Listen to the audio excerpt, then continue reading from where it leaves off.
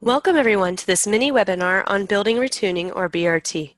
My name is Alana Colvin and I am an Energy and Environment Technical Advisor with PennTAP, and I will be hosting this presentation.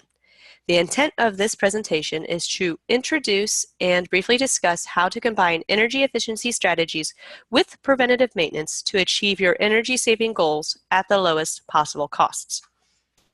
In this mini webinar, I will introduce building retuning and its phases. We will break down benchmarking and energy policy. We will review a currently used energy policy, and then we'll finish up with the programs provided by PennTAP.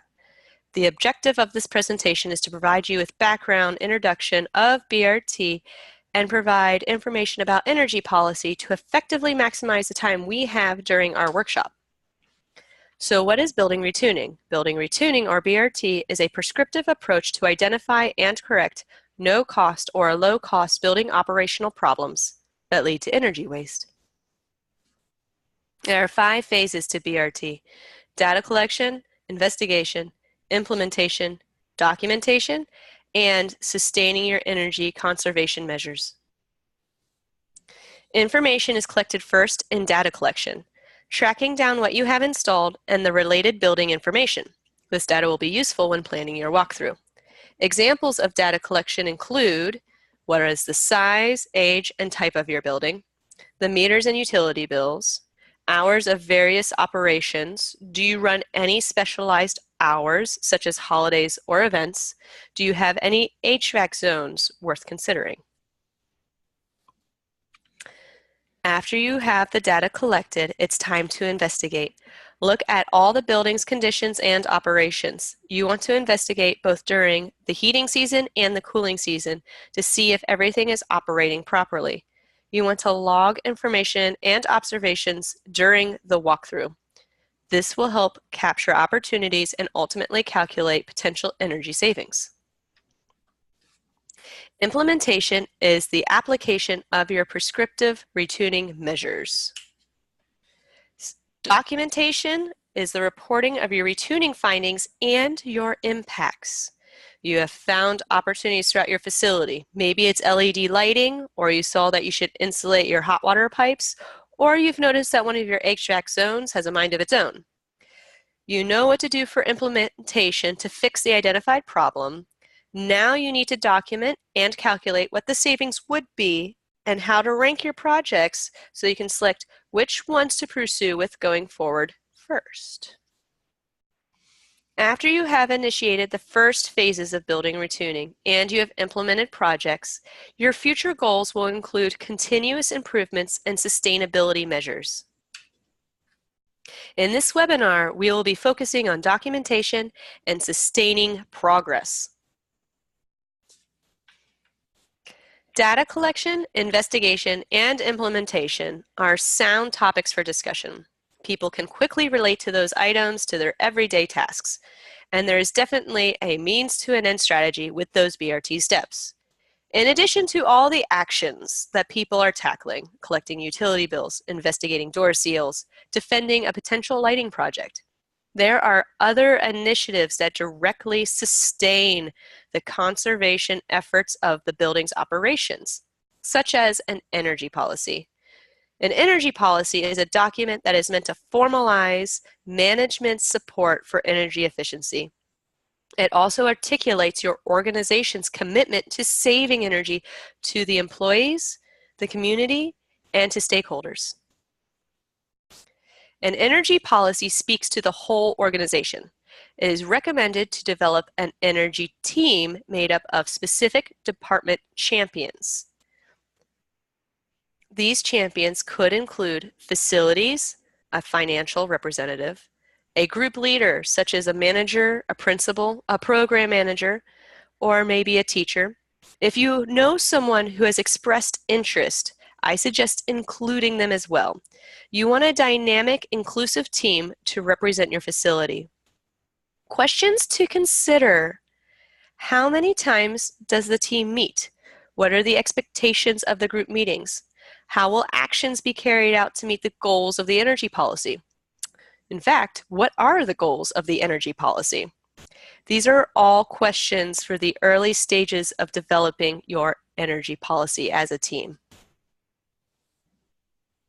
Do you know what your facility's baseline looks like?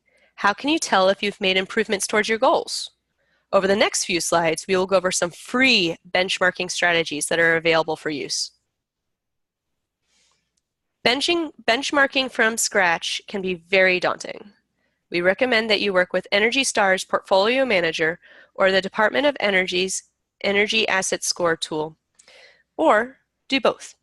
You can use Energy Star's Portfolio Manager to manage the energy and water usage of any building. It also has the ability to share data and chart your usage for you.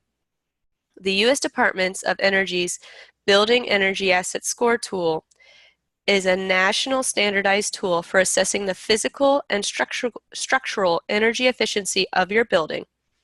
It looks at the current building and its energy usage and provides you with a score of your current state, but also provides you a goal of what your building could be in its most efficient state. Every building is different and is being used in a specific fashion. These tools take that into account. Portfolio Manager and DOE's Energy Asset Score tool are two resources available to you at no cost to help you benchmark your building. You can model any building and have the ability to make your data public or private. In Portfolio Manager, you can list a number of properties and individually add utility usage and evaluate each building for an Energy Star score. An Energy Star score is a 1 to 100 assessment of a building's energy efficiency as compared with similar buildings across the U.S. adjusting for climate and business activity. Buildings that earn a 75 or higher on the scale are performing in the top 25% nationwide and may be eligible to earn EPA's Energy Star certification. Energy Star Portfolio Manager is set up to support the calculations to determine your current energy use intensity, or EUI value. Knowing this value of the facility, you can appropriately make decisions to decrease energy consumption. The Site Energy Use Intensity Unit is a unit of measurement that describes a building's energy use relative to its size. Site energy is the total amount of all the energy your building consumes on site as reported on your utility bills. Use Site EUI to understand how the energy use from an individual building has changed over time. If you are trying to compare buildings that use different fuels, EPA recommends Source EUI because it also includes losses that take place during generation, transmission, and distribution of the energy used at that building. Source energy places all the different fuel types that you've purchased into a comparable unit to ensure that you can make a strong comparison among buildings that use different types of energy. Once you have your EUI value, Portfolio Manager will calculate your Energy Star rating. The average rating for schools is 67 out of 100. In order to be eligible for the Energy Star certification, you need a score of 75 or higher. The Energy Asset Score tool uses a 10-point scale to evaluate the energy efficiency of a building's physical characteristics and major energy-related systems. The point value is assigned based on the building's predicted source energy use intensity, according to the energy simulation results. Scores are rounded to the nearest half-point increment, such as 6, 6.5, 7, etc. A score of 10 is the highest achievable score. A score of 10 represents the lowest expected energy use for a building of a particular type that is achievable using the current building's energy efficient technologies without renewables. Once you have entered the facility's data into a benchmarking system, it is recommended to implement building retuning strategies and preventive maintenance strategies. If you have several buildings to manage and are fresh on the path of energy conservation, I recommend reviewing a building that has the least number of stressors. In the end, you'll be touching every building, but for a starting place, take on a building that will set you up for success. Now that you have a policy in place, you are trending your building's baseline, you've gone through your facility to understand what is operating, the times and days of operation, and those human behaviors within the building. Now it's time to declare tangible goals. How much energy do you want to save? 10%? How many years will you allow yourself to reach this goal? 2 years? You have many opportunities to create a variety of tangible goals. Do you want to lower complaints? Do you want to lower utility costs? Do you want to lower water usage? Do you want to increase the quality of your indoor air? Over the next few slides, I'm going to review a current energy policy that is used by a school district and then break it down by best practice to provide advice for improvements. Seen here is a current energy policy for a school district. Please note that if your facility is not a school district, consider the discussion from your facility's perspective. There will be many parallels. Energy Star provides guidance on how to create an effective energy policy. Your energy policy should have a clear, measurable objective that reflects your organization's commitment, culture, and priorities. In this example, I have highlighted what I would determine the objective. I suggest revisiting the current objective to make it more measurable.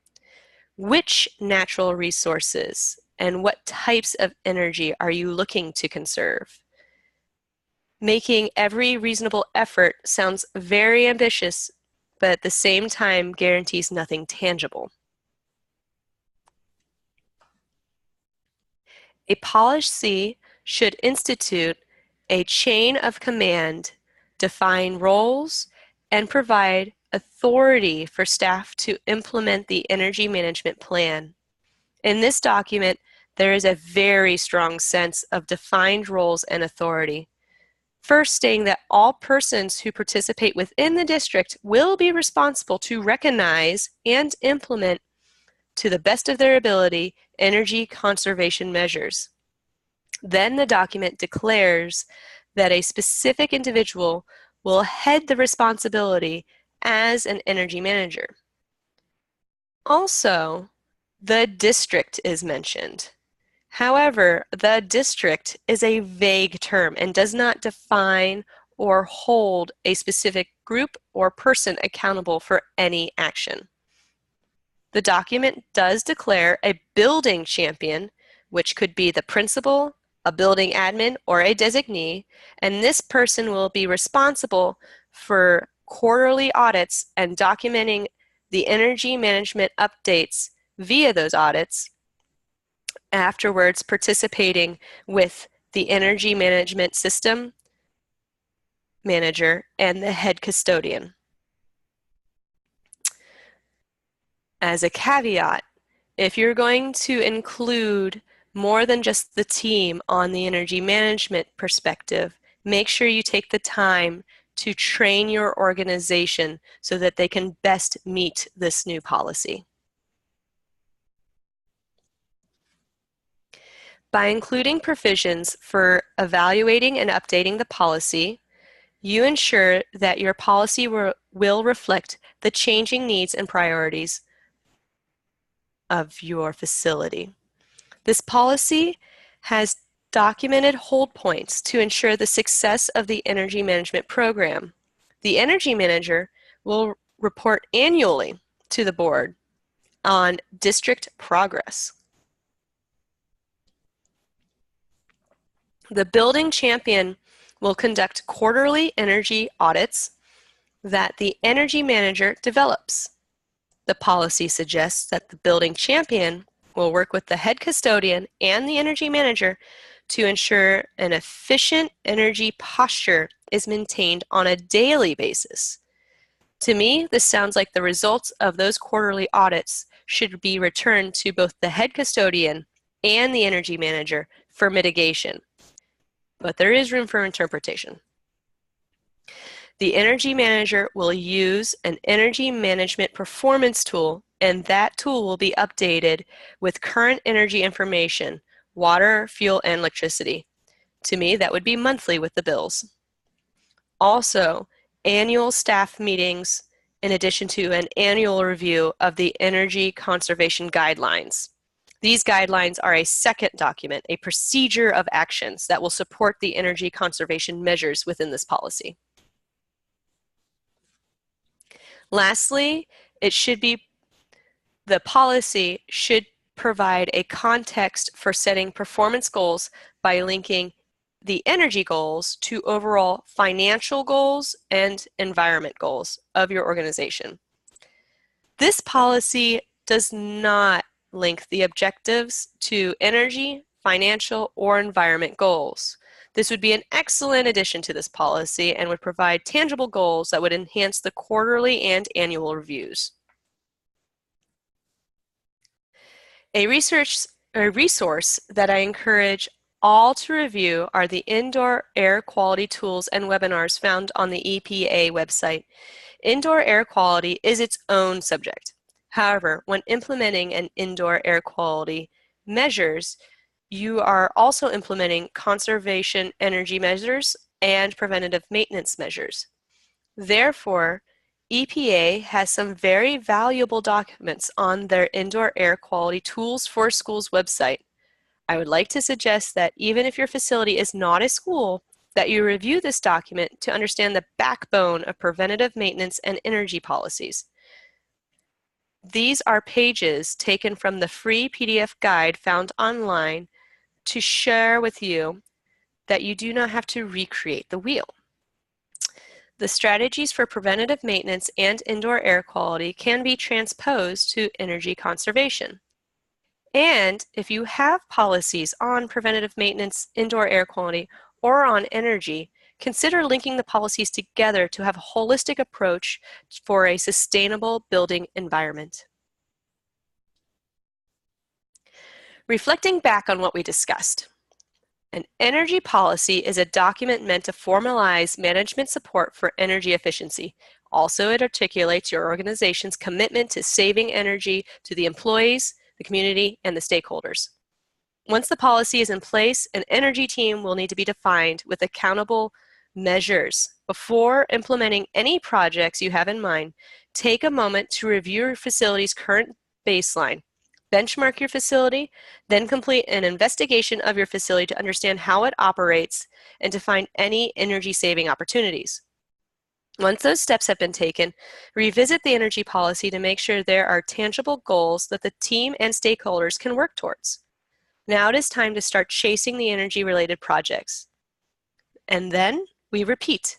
Update your energy benchmarking program, continue to complete walkthroughs, and look for energy-saving opportunities.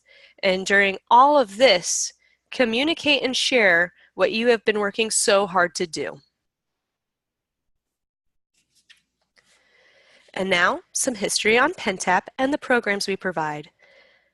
The Pennsylvania Technical Assistance Program, PennTAP, at Penn State is a statewide technical assistance organization charged with supporting Pennsylvania businesses and anchor institutions, including manufacturers, municipalities, educational institutions, entrepreneurs, and economic development agencies. As a department within Penn State, PennTAP offers unique access to abundance of resources from one of the top universities in the country, including faculty, staff, and students. PennTAP can also provide clients with assistance from a rich network of government entities and private organizations. PennTAP focuses on helping Pennsylvania businesses through two main areas of expertise: energy and environmental services and innovation services. Since being founded in 1965, we have delivered services and solutions to many Pennsylvania businesses and professionals, creating a legacy of documented economic impact within the state and positive returns on investment to funding partners. In the past 10 years, PennTAP has worked with more than 3,700 organizations who have in turn reported approximately $300 million in economic benefits and the creation or retention of more than 4,000 Pennsylvania jobs. Our mission is to engage, empower, and educate Pennsylvania organizations through technical assistance and Penn State expertise and resources. PennTAP has the two pillars in which we offer our services. We have the Energy and Environment team that offers preventative pollution and environment energy assessments. We have the Economy, Energy and Environment Assessments, E3, and we also have Energy Management Systems, ENMS. We also include building retuning. We offer innovation as well, which covers products and process improvements, the Learning Factory, student entrepreneurship, as well as providing connections between clients and PSU faculty and university resources. PennTAP is available to assist school districts, municipalities, and community colleges with their projects. I would like to take a moment to acknowledge these resources who are used in parts of this presentation. If there are any questions, please feel free to contact me via phone or email.